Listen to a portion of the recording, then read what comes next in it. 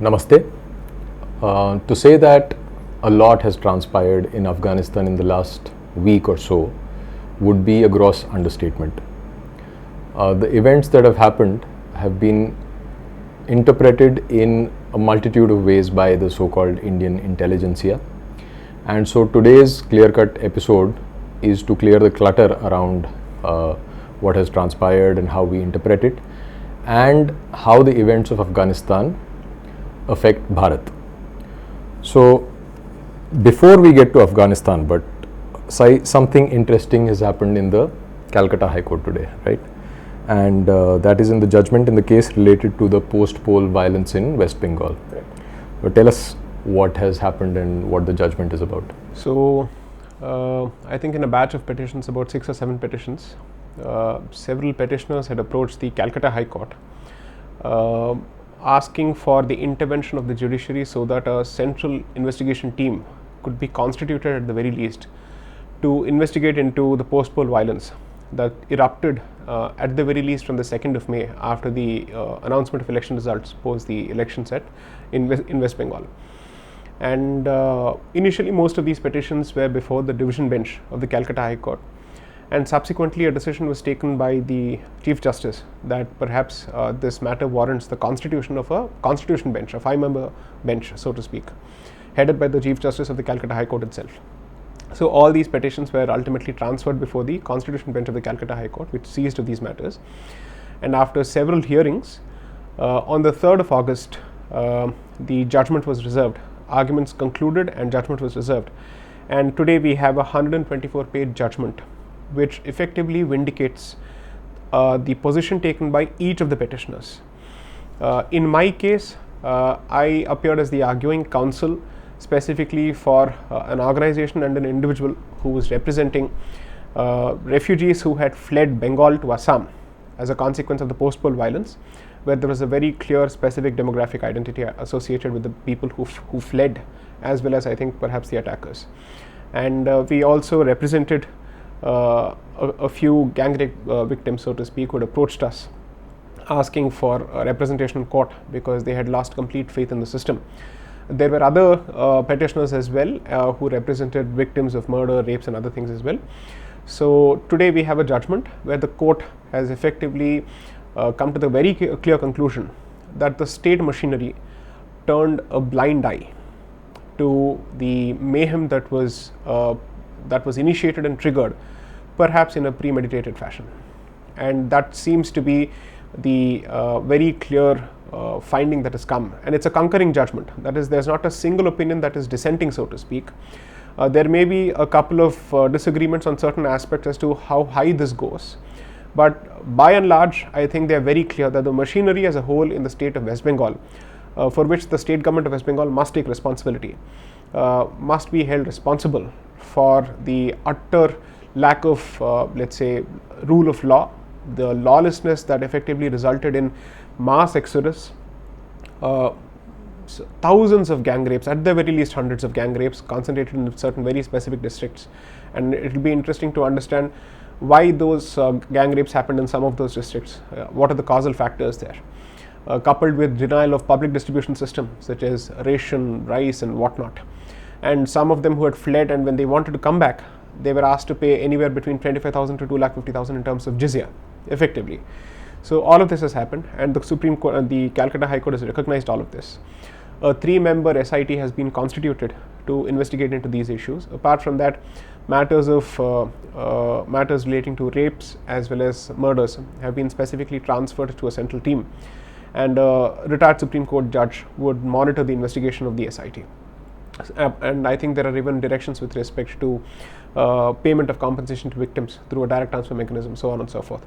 But the fact that there is a violation of the rule of law and the constitutional obligation of the state machinery, for which the state government wanted the election commission to be held responsible, by the way, okay, saying that if it's a post-poll violence, then the election commission must take responsibility.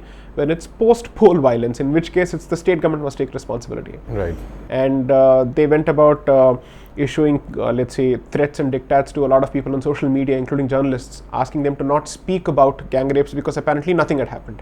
The zero loss theory, which was propounded with respect to the 2G and 3G scam, was sought to be propounded here, saying that there was zero loss of life.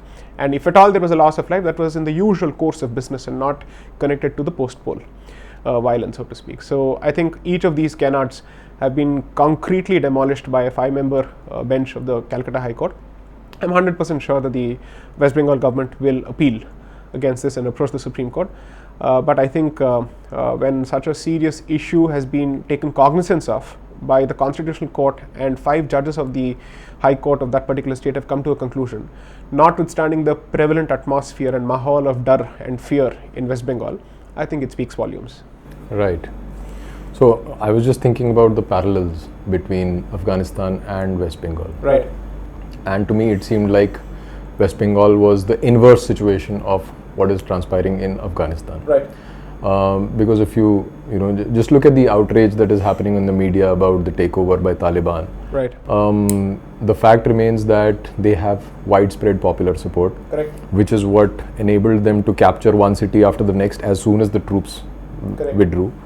And now, barring a few stray incidents which is publicized hugely in the media, right. Where they're hanging by the aircraft wheels and stuff like that. But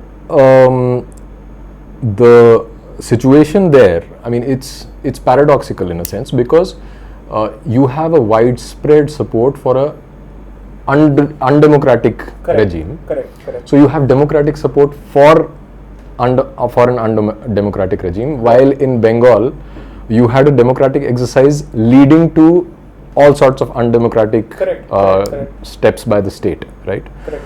So now how do you view that, especially in the light of your new book and the ideas that are discussed there? How legitimate is the Taliban government, and does it necessarily have to draw authority from let's say the nod of the West, the white man, to be able to rule that place? See, we'll have to put ourselves perhaps in the shoes of 2 different dramatis personae. As an Indian, what is my reaction? And as let's say a Hindu, what is my reaction? And both of these are an inward perspective. And the other is, what would I think had I been an average non-Hindu, non-Christian, non-Sikh, non-Buddhist Afghan? Okay. As an Indian, I clearly see dark clouds looming, 100%. What is most troubling is that, as opposed to the sheer vitriol that was heaped upon Taliban in 1996, and rightly so, today there seems to be a greater degree of legitimacy and acceptance coming from the usual suspects, which tells me that the situation has only become worse because there's a clear degree of normalization of let's say acceptance to radical Islam, so to speak. Whether someone wants to attach this prefix or not, I leave it to them. But according to me, there is a clear Islamist agenda which this particular organization stands for, and that seems to have a significant degree of support both among civil society members and media members in Bharat. Okay, so that is extremely troubling. And because I'm even told that certain student organizations celebrated the takeover of Taliban. Student organizations in Bharat celebrated the takeover of Afghanistan by Taliban. I think then we'll have to wake up. Something is up. Okay. And in addition to, of course, I'm not a security expert and I don't want to hold forth on it. As someone who certainly has a serious interest, if not aptitude for, and that's for people to decide in terms of civilizational studies, I do believe that this is not something that is a matter of happenstance. It's something doesn't happen like this overnight. When 3 lakh soldiers drop their posts, completely abandon everything and allow their country to be taken over by 75 to 80,000 ragtag militia, let's not call them ragtag militia, let's give them the respect of the fact that they are committed, they know what exactly they want, and they've been at it for 20 years now. Okay, so let's call it the most organized terrorist organization in the world. Okay, something that was previously held by the LTT, then it went to Al-Qaeda, then ISIS, now it's come to Taliban, that position. So this particular organization has managed to tweak its nose at the so-called superpower, okay, and proving effectively that ideology will always trump technology, okay, and commitment and conviction will always trump any kind of vague notions of setting up democracy and all that. Okay, that has been an utter failure I'm surprised that they didn't learn the lesson in Vietnam, they didn't learn the lessons in other places. They lost heavily in Iraq, and they continued to believe that they'd somehow succeed in Afghanistan. I don't know what kind of people run the security apparatus there or strategic apparatus there. It's a country which abounds in strategic institutions like the AEI, this and that, and this is what they've been able to come out with. We'll have case studies which will actually tell us what went wrong, but I don't think they'll ever get it right. Okay, so one, there is a problem there. But if, let's say, taking this discussion forward, clearly a lot of backroom channel discussions have happened where this transition has been given the impression that perhaps it's violent and rapid and all that, but maybe it has worked out best for all the dramatis personae of the stakeholders involved, where one stakeholder wants to get out as soon as possible because he has anyway promised withdrawal of troops to his constituency in America. And clearly the weakest link in this entire chain is the Afghan establishment, the so-called legitimate Afghan establishment, and the army. So that was the most dispensable thing. And they have been openly welcomed and cozily welcomed by the UAE, with all the money now being transferred and all of that. The soldiers vanish overnight. These people take over. And you have English-speaking Taliban spokesperson holding press conferences, which is supposed to be a Nobel Peace Prize worthy achievement, right? And each of these people are now telling us about what is human rights and so on and so forth. So, one, I don't think we should simply buy into this theory of this being, let's say, abrupt or something that has happened overnight. But had I been a Muslim Afghan, perhaps this couldn't have been possible without the average support of the members of the society. If this is what that society wants, I think the rest of the world should leave them to their own devices. Let them deal with the consequences. If this is how they wish to live, we should leave it to them. Because at the end of the day, you try and poke their nose, you become the outsider, you become the person who interferes with their so-called way of life, if at all it can be called one. All of this happens. And India went about investing billions of dollars in development, trying to create goodwill and all of that. What do you have at the end of the day? You're not a strategic player in Afghanistan. Your investment should have yielded strategic results. It hasn't. So apart from the rest of the world having to rethink its Afghan strategy, I think Bharat needs to seriously think. If you think you can buy goodwill in these parts of the world among such people, it's impossible. And the only country that stands to benefit from this entire chaos is not Pakistan, it's China. Absolutely. So to quote, let's say, certain words or let's say certain phrases from The Godfather, it's not Tartaglia, it's Bazzini. So Pakistan is what I would call is the concubine here. It's the all-weather concubine of China, which has effectively played the role of the front. But I don't think Pakistan is going to be able to build a strategic depth here. It's going to be China that's going to be able to build a strategic depth here because they have energy interests and whatnot. In any case, the presence of a Taliban establishment is a serious, let's say, hotspot, or it's trouble for Bharat. So China has 100% incentive to continue investing in keeping that particular establishment alive, no matter who does what. So I would certainly think that the Chinese hand, if not obvious, is at the very least fairly plausible. Right. So this reminds me of a quote by Thomas Sowell, and I'll just read it out. If we learn nothing else from the tragedy of the war in Afghanistan, it should be that we should put an end forever to the self-indulgence of thinking that we can engage in nation building and creating democracy in countries where nothing resembling democracy has ever existed. Right. He said that in 2014. Right. And whatever you just said kind of resonates with this, and also points to the failure of this Western liberal democracy, the model that we have, right. Tried to sort of universalize and idealize in Bharat as well. And what it simply points to is the conceptual limits of this model, right. and the fact that okay, it may work for some, but it doesn't work for others, and which brings us back to the distinction between territorial and civilizational nationalism again. Right. And what does that mean for India, right? If we continue to look at Afghanistan from a territorially nationalist lens, right. then nothing will make sense, and right. we'll continue to spin these stories. But I think we should recognize that whatever they have chosen, whatever way of organizing their society they have chosen, it is their wish. And if that implies that it is a danger to us, then we need to prepare accordingly. Right, right. But in the other model which we have currently, which is the territorial nationalism, right. we have no equipment, we have no tools to deal with this situation, because we are doing the same thing in Afghanistan that we've been doing in my state, in Kashmir. Right. We've been pumping money, hoping that we will win them over. Right. But that's not going to happen. Right. So, coming specifically to the dangers Right. of what this could bring to India, what do you think? So, I'll address the conceptual or the theoretical aspect of the issue that you have touched upon, and something that I have hinted at and perhaps even developed at in the book, which is that it is not my case that anything and everything can be passed under the rubric of moral relativism, so to speak. That's not my position at all. I do believe that there are certain objective aspects of human conduct and behavior which can be decided in fairly clear position. You can take clear positions. However, the issue that I have been trying to address, and which has been mistaken for moral relativism, is that any discussion on morals, any discussion on principles cannot be a top-down discussion, and certainly cannot be a Eurocentric discussion or a Western normative discussion. Okay?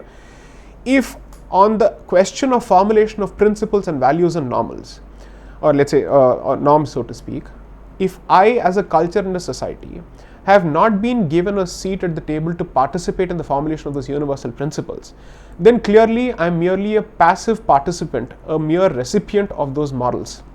That has been my primary position, because I am not going to sit here and justify every barbaric practice as far as Afghanistan is concerned, from bachabazi to whatever they do. I am not going to sit and justify that. I'm not going to say it seems to work well for their culture, let them continue doing it. The point is, I have the right to disagree, I have the right to take a position, but do I have the right to invade Afghanistan and then impose my values on that? That's a question I don't know. I don't have an answer to. Okay, going by that logic, how different would we be from the democracy building exercise that the US has tried to, let's say, expand all over the world and faltered and failed and sputtered and stammered, I mean, humongously.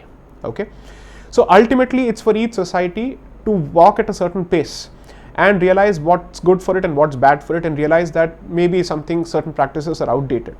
I'm not saying therefore turn a blind eye to external influences. External influence is very different from imposition from the outside or by an outsider. That's the clear position that I've taken. Okay, and I would apply this to even any of our practices. Assume for a moment, and I dare say this, assume for a moment that certain practices relating to untouchability, had it continued even in 2021, okay, I would certainly have issues with it. Notwithstanding my disagreement with the history of caste as it is projected today, as a matter of principle, I would have a problem with that particular practice itself. Okay, whatever reasons may have existed in the past, I am not aware of it, but today it has certainly no reason to exist, and it should not exist. That's the very clear position that I am taking. Okay, so unfortunately, a call for and a case for subjectivity is being conflated with and confused with, perhaps deliberately so, with moral relativism. Subjectivity is not the same as moral relativism. There is a clear line to be drawn between the two. Unfortunately, I don't think some people are getting it. Anyways, now as far as the problems, let's say, which Taliban poses to Bharat, one, your state, Kashmir, part of my sacred land, our sacred land, will certainly see more action, is my belief. Unless Taliban chooses to understand that thanks to 370, thanks to, let's say, the surgical strikes that this particular government has undertaken in the past, that it's not dealing with the same old dispensation or the same old psyche which used to plague India, that this is Bharat. Okay, so I'm hoping that there is a certain realization, because is it possible for us to entertain this possibility? Let me answer this question. ISIS never dares to attack Israel. Even if, let's say, a friendly bullet is fired in the direction, they immediately clarify that it is not our intention to attack Israel. ISIS has never done that, remember that. For an entity which is supposed to be established in the name of Islam and for its avowed hatred of Jews and whatnot, it has not done so because they know that the retaliation will be bloody and ruthless. Okay, that kind of a message seems to work. Therefore, as long as India takes a similar position with respect to the Taliban, saying, do what you want to, but if you affect Indian interests or if you affect Indic minorities or communities, there will be hell to pay, and we will tighten the screws in whatever way we can. As long as that message is sent, I think that will be fantastic. But the other issue, this is the hard problem, or let's say this is the hard aspect of the issue. The softer aspect is the stupid clamor, dare I say squeamish, yellow-bellied, downright stupid clamor for, let's say, giving or extending asylum and refugee status to everyone coming from Afghanistan. No, absolutely not. There are very clear responsibilities that Bharat has towards, let's say, the non-Muslim minorities, specifically Hindu, Buddhist, Jain. If at all they are still alive, 500 families, 600 families, that's what you're looking at. Everybody else will have to go through a security filter, 100%. Simply because this regime in Afghanistan, not an administration, this regime in Afghanistan has certainly come with a significant groundswell of support. Therefore, we don't know how many members of the Afghan society have themselves been radicalized and Talibanized, so to speak.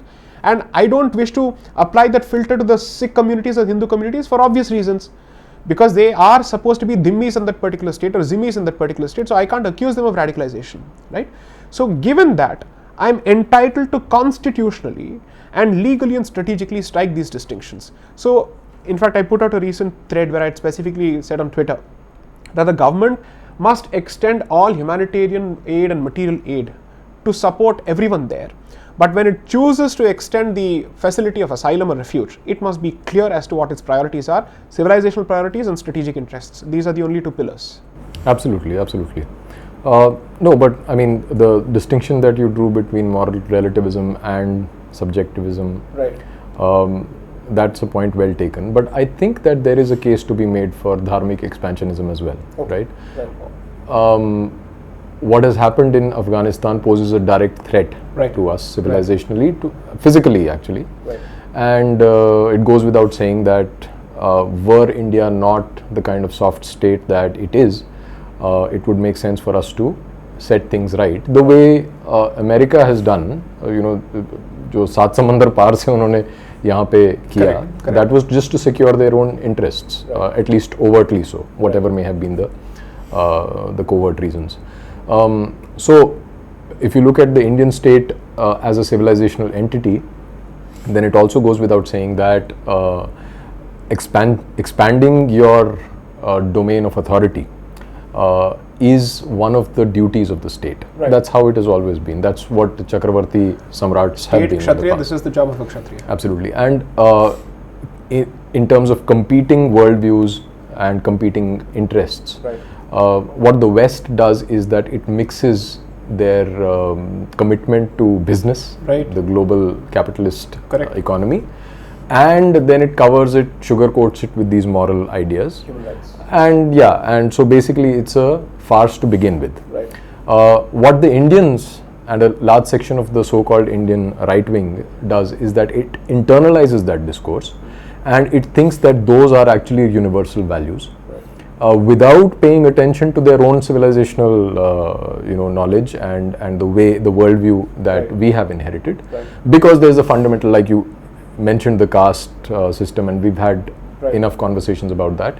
There is this very deep-rooted insecurity and self-loathing that makes us reject whatever has come. And this, I'm speaking about people who profess to be Hindus, and it's not the left or the Islamists. Clear non-left. And these people, it's because of them that you are. I mean, this mindset, not because of them, but it is this mindset which makes you believe that the Western universalist model is the model to go by. Correct. And you're basically paralyzed now, because you can't act in your interest, because the Western interest is not your interest. Like you said, it's a Eurocentric view. Correct. And because you're not interested in or inclined to explore your own moral universe and implement that, therefore you're in a situation where you don't know what to do. Right. So here there are two levels of answers. So let me address the question of dharmic expansionism in the first place, and then I'll come to this. Ideally, at this point in 2021, I would have expected Bharat to be in a position to think of dharmic expansionism, at least from the standpoint of creating buffer zones which protect your core areas. At the very least, making sure that you have strategic influence in your immediate neighborhood. Vishwaguru, superpower, वो सब बात की बात है. At the very least, ये तो कर लेते हैं. Okay. I am not blaming the current dispensation for it, because it's something that they have inherited as a legacy from the previous dispensation for close to 65-70 years. And maybe we will reach there, hopefully we'll reach there. And I do believe that if this dispensation gets its act right on the civilization front, and if its priorities are clear, I think it has what it takes to do that. Because there is a go-getter attitude that this particular dispensation has, which I think is why people still continue to put faith in it. Okay, there is a reason why that mandate has been given. Be that as it may, unfortunately, I believe that somewhere again we muddle it up when it comes to civilizational issues because of lack of clarity. And this is where this colonial consciousness is very, very important, simply because you're unable to rid yourself of this faith in this universalist validity or universal validity of the Western model. From development to secularism to whatnot, you're not able to rid yourself of it. Okay, and at this stage, the reason why I didn't even bring up the question of dharmic expansionism is, अरे भाई आप पहले अपने घर को तो ठीक कर लीजिए, उसके बाद आप दुनिया की बात करेंगे. बंगाल में लोग मर रहे हैं, Kashmir mein hame, as usual, I don't think, I'm sure 370 has made a lot of difference, but has it improved the situation to such an extent where Kashmiri Hindus can confidently go back and stay? I don't think that has happened yet. Okay, Kerala is going in a slightly different direction. Again, there's a demographic issue. Northeast, which most people don't want to talk about, at least in certain places, thanks to, let's say, the Naga insurgency, so to speak, there are certain parallel establishments going on there. In Punjab, you're seeing active missionary work there. With all this happening, there is no question of us projecting something outside when the projection within itself is so problematic at this stage because of certain filters in our own head and our inability to create a response mechanism, be it from the state side or the society side. That's one. Second, in terms of this relativism, the point that you mentioned about the problem with certain members of the non-left, I don't wish to go after any individual for the simple reason that it's an ideology or it's a position that I have a problem with. It's a mindset. It's a mindset that I have a problem with. Because you see, I think they have bought into the development model of the West. And since they may or may not have sacrificed greener pastures abroad, they want those greener pastures to be established here. Okay, perhaps at the expense of civilizational values. I would completely say, please, I'm all for development.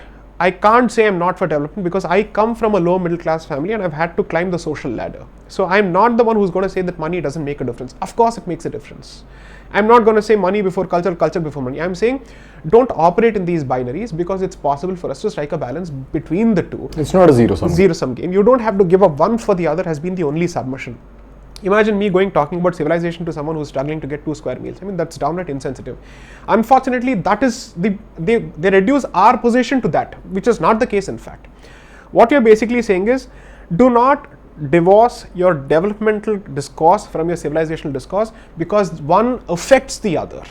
The way you treat certain punya kshetras, the way you treat nature, each of these aspects are connected.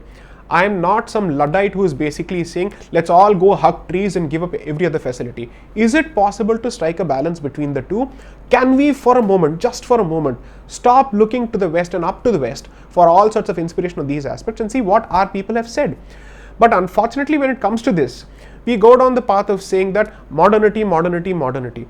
Arey bhai, modernity ka literature padha hai ki nahi aapne? You have not read it.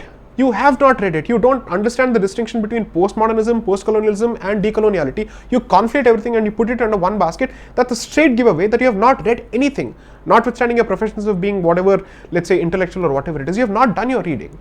At the very least, go through that literature and have an honest discussion. But this entire discussion is muddled by the fact that this particular segment operates under the belief that we all want the pristine past where the caste system comes back in all its glory. That seems to be the impression that they operate under. No, that's not the point. You anyway have to move forward, and decoloniality is not about going back and living in the past. It's about reinscribing indigenous thought on the present so that our future is less colonial, which is to say, to the extent possible, draw from your own sources. If you call it Swatantra, therefore draw from your own sources as much as possible. And when it comes to legal innovations or societal innovations or development based innovations or cultural innovations, do not assume that this is an ossified structure. It has a fairly immutable core, but it is also, let's say, put together in a relatively open architecture. Operate within the tradition, and the tradition has its own ways of reform and moving forward. That's the limited submission. Unfortunately, I think this entire argument is lost in this particular segment because their entire thing is driven by caste. If I may say so, their prejudices with respect to the caste discourse is perhaps the reason why they also say what they say with respect to development and other issues. They're not able to get over it at all. They have not been able to open their mind one bit to actually understand this is not the binary to be operated within, because the moment you operate in a binary, you have accepted a Western way of looking at things. This is not a binary. And once we say it's not a binary, oh, therefore it's moral relativism. अरे भाई, subjectivity और moral relativism में थोड़ा तो अंतर करना सीखो. This is something that they have not been able to wrap their heads around. And every time that this conversation happens, it seems like there is a deliberate attempt to draw clear battle lines. It's impossible to even reach out and have a meaningful engagement to say, I'm sure there's a possibility of a middle ground. I'm sure there's a lot more ideation possible, staying within the boundaries of this. Nobody is saying reject the West entirely, for that matter. In fact, in the book I've clearly said, it's not possible for us to turn the clock back and go back. You are looking at a hybrid present and a hybrid future. The only thing is, in the hybrid future, I'm hoping more for an Indic quotient than the Western quotient. That's the kind of hybrid future that I'm talking about, as much as possible. It starts from language to history and every other thing. So, one, in terms of expansionism, let's get our act together within and then speak of projection outside. On the aspect of, let's say, development and everything else and importing all this from outside, the West is beginning to understand the chinks in its own armor, in its own philosophy. So why are you being such a mental slave that you're not even able to acknowledge that the West is saying that there are problems with its model? They have accepted it. There is a regurgitation, let's say there's a cogitation going on there. You might, since you're the slave of the West, then follow at least that. True. True. No, I mean, I think it's a very simple point, to be honest. It's not about imbibing this thought or that, right, but just about thinking freely, right? And what does free thinking really mean? It means interpreting the reality as per your own experience, as per your lived reality, right? So that itself is empowerment. That in some sense is decolonization, because under the colonial spell you're indoctrinated, you're taught to think in a certain way, and this is just basically freeing yourself from those shackles. It does not really mean that you have to take one label for another, right? Correct. So I don't know what's so complicated about that, but be that as it may. So you mentioned the need for filtering out certain demographic groups, and I think that kind of brings back the discussion we had on around the CAA. Correct. And I do believe that this is a validation of our stand. Absolutely. Right? And what has happened and the dangers that we face today. But I am slightly disappointed with how things have moved since the last time we discussed CAA. In that the CAA has not even been implemented. And even if it were implemented, it wouldn't have helped the people of Afghanistan today. I mean, the Hindus and Sikhs and Christians of Afghanistan, because it had a cut-off date in the first place, right? But at least it would have been a message. But that has also not happened.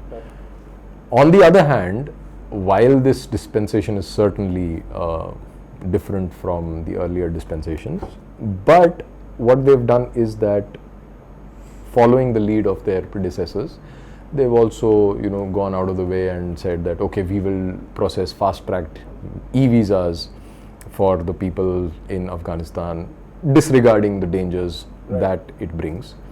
And I'm saying that even if that is just for optics, even then it's a dangerous signal to send. But no such courtesy has been extended to, let's say, the Hindus of Bangladesh. The last time, I remember when the Prime Minister was in Bangladesh, there was temples a backlash. Were being demolished. Temples were being demolished. Not a single statement from him, right?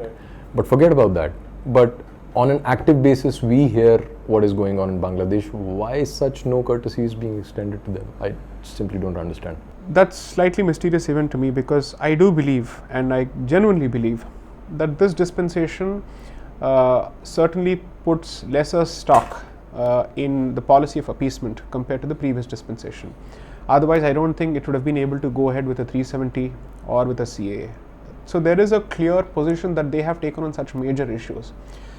There is perhaps an unfortunate accommodation of the radical sides of Bangladesh under the belief that from leader to leader the position changes. If it's Khaleda Zia, there's a certain position. If it's the other person, then there's a certain position. I'm not sure it makes too much of a difference to the lives of Hindus in Bangladesh, because regardless of who is in power, they regularly get raped, they regularly get butchered, even secular Muslims get butchered. So this is the nature of that particular state, where it has been completely radicalized. And I don't think they labor under any kind of gratitude of the 1971 war, liberation, all of that, because at the end of the day, the East Pakistan mentality continues. So that particular mentality has not been dislodged by 1971 under any circumstances. We may think that they are constantly grateful to us. I don't think that's the case anymore. So perhaps I think there should be some rethink on it, because when Bangladesh was specifically included as part of the CAA, it clearly shows that the government is aware of their condition even in Bangladesh. It's not as if they felt that Bangladesh is better and only Afghanistan and Pakistan are terrible. They felt that the position of Hindus across the board is equally bad in each of these states. So as someone who believes that this government has its heart in the right place on several aspects, it could have actually taken this particular position, and perhaps a message could have been sent. At the very least, I would have hoped that the government had said, we have had a discussion with the Bangladeshi dispensation on this issue, on the question of religious minorities, and we've been given the assurance that such minorities, their places of worship, their property, their dignities will be respected. At the very least, that would have helped. And I do believe that the Prime Minister has that kind of clout and the stature, and I would say the political will to have gotten this done. The fact that it did not happen is something that's honestly, genuinely I find it mysterious. Perhaps it didn't seem like a priority, but while it was happening during his tour, I'm sure someone would have told him that this is happening, right? That's one. Now, coming to the question of the CAA, the non-actualization of that is a bit of an issue, because it renders a hard won, or let's say a hard fought for political initiative into let's say a symbolism, or let's say some kind of tokenism. If your own action doesn't reflect the fact that you've walked the talk, you end up giving ammunition to the other side, saying, I mean, all these riots and protests and everything that you've effectively you've weathered it. You have not changed your position either on CAA or farm protests or 370, notwithstanding the protests. And kudos to you for actually doing that. That's fantastic. So why don't you actually go the last mile, implement it, and also see what is it that you can do with respect to the cutoff date, and are there any emergency procedures and provisions that you can actually come out with to deal with the Hindus and Sikhs and their plight in Afghanistan today. That is something that I would expect this particular dispensation to be much more quick about compared to any other dispensation, because they have managed to undertake several evacuation operations in different parts of the world to evacuate Indians. That's something that they've managed to put together in quick notice, on short notice. So I'm sure they can do it. So I don't think it's a question of resources or coordination or whatever it is, but perhaps this intent needs to be expressed even better, and it needs to show in action. That would be my limited submission. True. I mean, I don't personally, I don't have issues with personalities. I don't have issues with what Mr. Modi believes or does not believe, because I have no access to that information.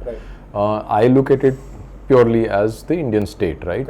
So there might be different political parties at the helm, but the nature of the beast has not changed to me. It has not changed significantly. I understand what you're saying. And when you talk about CAA, for example, to me it looks like the CAA has been kept in a limbo because the state has been held hostage by the pandemic. Not just the pandemic, but what happened before that at Shaheen Bagh, for example, right?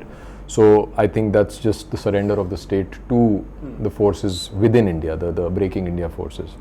Also, there's this thing about, jaise bola jata hai na ki the Prime Minister works very hard. To me, that's a very vacuous argument. I mean, the Prime Minister, what he does during the day is none of my business, nor do I have access to it again. What he says, on the other hand, is much more important, given that he's the Prime Minister. He's not a lowly employee of some, grade 4 employee somewhere. He's the Prime Minister, and what he says makes all the difference. And I have, personally felt that what he says could be better informed, could be better, thought through before that thing gets said. So that brings me to the fact that this whole business of being a civilizational state that we've been discussing here, it's about what you say, and then that is followed by what you do, because what you say builds the atmosphere, it prepares the ground for action. Right. And which is why, I mean, to me, the explanation to why they have behaved in this way with respect to Bangladeshi Hindus, or even with my community, is because they don't say the right things. They don't build the right kind of discourse around things. Okay. Perhaps because they don't even know. They're more their time cycle is limited to the 5 years of election and getting back, and that's the nature of liberal democracy itself. So all this needs to change before I think we can start expecting bigger things. What the government says as opposed to what it does. What it does तो बाद में आता है. अभी तो कोई कुछ नहीं करेगा. Right. So here, I would, when someone tells me that the Prime Minister is perhaps the most hardworking, in fact, Ms. Jayalalitha used to be the same way for Tamil Nadu. Okay, she was known to, and that was her reputation, that she was a workaholic. Okay, and that she would constantly be engaged in doing something for the state. So, at the very least, whether I have access or not, I have no reasons to doubt it, simply because he's someone who doesn't have to feather his family's nest. Okay, and these are certain conscious decisions from what we hear he's taken. As a consequence of which, I do believe that the best way he channels his energy is towards work. And given his reputation as the Chief Minister of Gujarat, and I have no reason to believe that he would have suddenly changed himself once he has occupied this top office. However, having said that, in the last 7 years, the one thing that I have noticed is that apart from several reforms that the government has initiated, like let's say sanitation and whatnot, whatever it has done, quite a few things have happened, including DBTs and whatnot. They have shown their benefits. On the civilizational aspect, I don't think the establishment, so to speak, has been able to, let's say, forge some kind of a long-term vision. Okay, maybe because they're constantly putting out fire, or they're trying to put out the next nonsense that comes from the left of the Congress. However, that is something that every government is expected to deal with as a matter of politics. So the day-to-day ebb and flow shouldn't effectively dilute your long-term vision, if at all you have one. And it is at this stage slightly unclear if there is perhaps a clear vision of the future, because whatever has been done so far is a statement of mission that was expressed in the past previously also. So 370, settlement of rehabilitation of Hindus and Sikhs and all of this has been said even in the past. Okay, so I will certainly give credit for the fact that quite a few outstanding issues of the past have been sought to be addressed, and at least they've said the right things on these aspects and moved significantly in the direction. But where do we go from here? There, I'm not sure that there is a clarity. Even if there is clarity within, I don't think that's been messaged enough, and the dissemination of the clarity has not come through. I'm sure there are supremely qualified mandarins sitting in the North Block, the South Block, knowing exactly what they're doing. There's a decent chance that we don't know what we're talking about. I'm willing to concede all of that. And precisely because we don't know what we're talking about under that assumption, and that we don't know what they're thinking, a bit more of messaging could help. But sometimes these conflicting messages come out, and suddenly all the stereotypical allegations that are hurled against the non-left, if those allegations are reinforced by the establishment itself, precisely because it doesn't want to rile up the other side, or it wants to extend an olive branch to the other side, then you end up wondering, you know for a fact that nothing you do is going to appease the other side. The brand or the thappa that they've given you is never going to change. Nothing you do will change. Malini Parthasarathy may come and meet the Prime Minister, but the kind of bile and vitriol that she has for anyone who is a Hindutvadi, or someone who is not from the left, or that entire Hindu establishment, the Hindu establishment, the newspaper establishment has for people who don't share their ideology is crystal clear. Right from their employees to everybody else, that's how they operate. In fact, even within the family, from what I hear, that's how they operate. There's a clear difference of opinion, and nobody agrees with Mr. N. Ram's position. Very few people actually agree with it, but that's how they operate. So you may want to cultivate, you may want to engage in all of that, but be very, very clear. It's not going to lead to a change of heart or conscience. That's not going to happen. So such being the case, you should continue to do what you have always wanted to do, hopefully, because the one thing that I certainly appreciate as far as the Prime Minister is concerned is that he maintains a dignified silence quite a few times when he's attacked. Sometimes it becomes a double-edged sword when the silence extends to even those aspects when he is expected to speak up. Say the Palghar Sadhus. Palghar Sadhus. I would have expected, assuming as opposed to the Sadhus, had a bunch of, let's say, Muslim saints, or let's say, or whatever it is, scholars had been murdered the same way in let's say, in public glare, or Christian missionaries had been subject to that, would the establishment and the Prime Minister not have spoken? I'm sure he would have, as he should have, because he holds a constitutional position. He is not the Prime Minister for any particular segment. But why not extend the same courtesy to this particular community as well? Because whether you like it or not, it is this community that is the most bankable section of the population as far as your party is concerned. I don't think any other community you can vouch for with this kind of confidence. So, from a political perspective, even if not, let's say, religious or civilizational, whatever it is, there is an incentive to at least engage this particular segment. There, I think more can be done. And the reason why I'm slightly more optimistic is that quite a few things that have happened in Bengal and other places, the feedback I think is being received to say that you have not done what you were supposed to and you could have done more. And ultimately everything seems to come through the route of the judiciary as opposed to the executive and the legislature stepping to the picture, because you have the constitutional mandate as well as the obligation to address and put out these kind of law and order fires when it's so massive, it's so premeditated. So I think that feedback perhaps has gone from several segments of the population and stakeholders. Let's see what comes out of this feedback. Yeah, so you're absolutely right about the fact that there are much more informed people at the helm of affairs, and they perhaps, I'm sure they know much more than we do sitting here. Right. But I don't want to make it about personalities. Correct. I'm not really, like I said, I'm not privy to what goes on behind the scenes, what goes on in the mind of the Prime Minister and the Defence Minister and the Home Minister. Right. But to me, it is just about pursuing your geopolitical and civilizational interests. Correct. And like you very clearly articulated, if you do not have a vision for the future, you end up being confused, or perhaps you just take the moral high ground because it looks good. Right.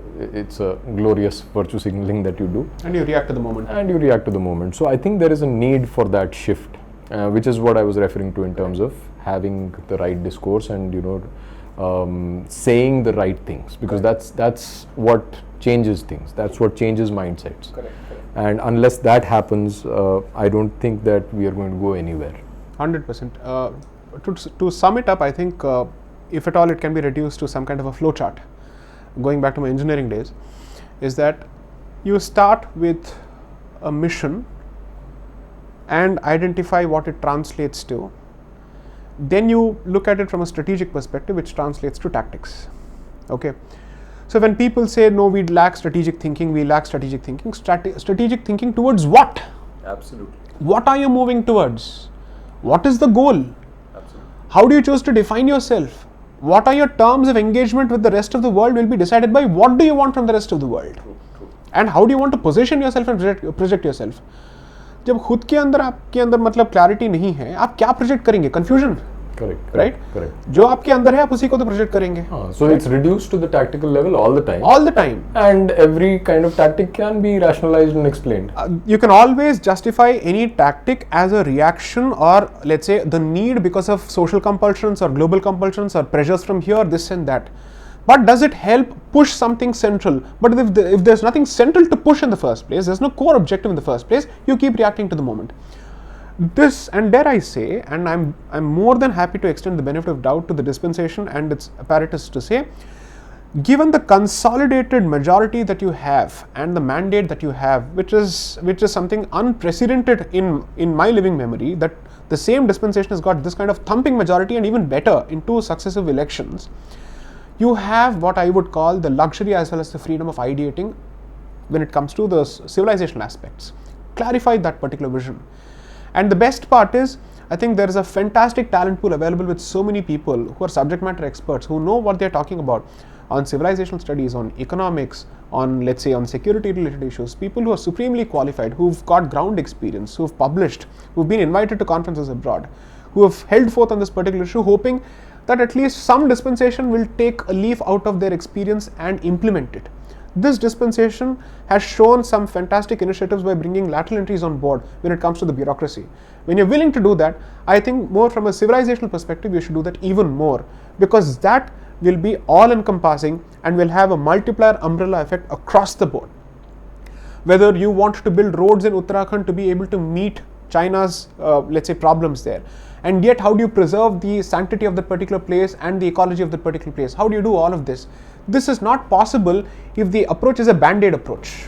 True. It needs a different kind of a surgery. True. And for, let's say, a dispensation that seems to like surgical strikes, I think it should take up an invasive surgery of the establishment and come out with different initiatives.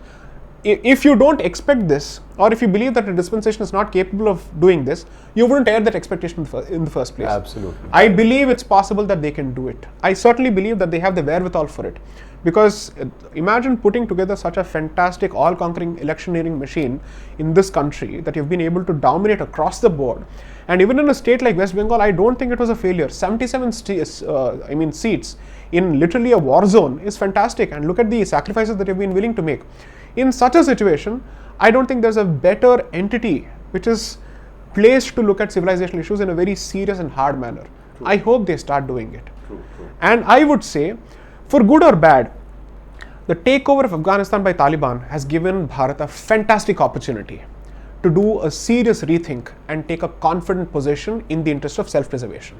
Absolutely. And in fact, this brings me to the core of the issue. And your book talks about coloniality and the long struggle that we've had with invasions and thought control. So I think the crux of the issue is really that you cannot deal with forces of centuries by thinking in 5-year plans. Correct. Which was the original Nehruvian blunder. Exactly. So that's the approach, I think, which is required to change, to my limited understanding. From Panchavarshi, we should move to Pachasvarshi. Absolutely. That's the minimum that we should do. And with that, I think we've run out of time, but in the next session, I would certainly like to go deep into the ideas of the book. Sure. And perhaps also touch upon the happenings in Tamil Nadu with respect to the temple takeover and stuff like that. Done. Sure. So thank you again Thank you for the time. Namaste. And see you soon. Sure.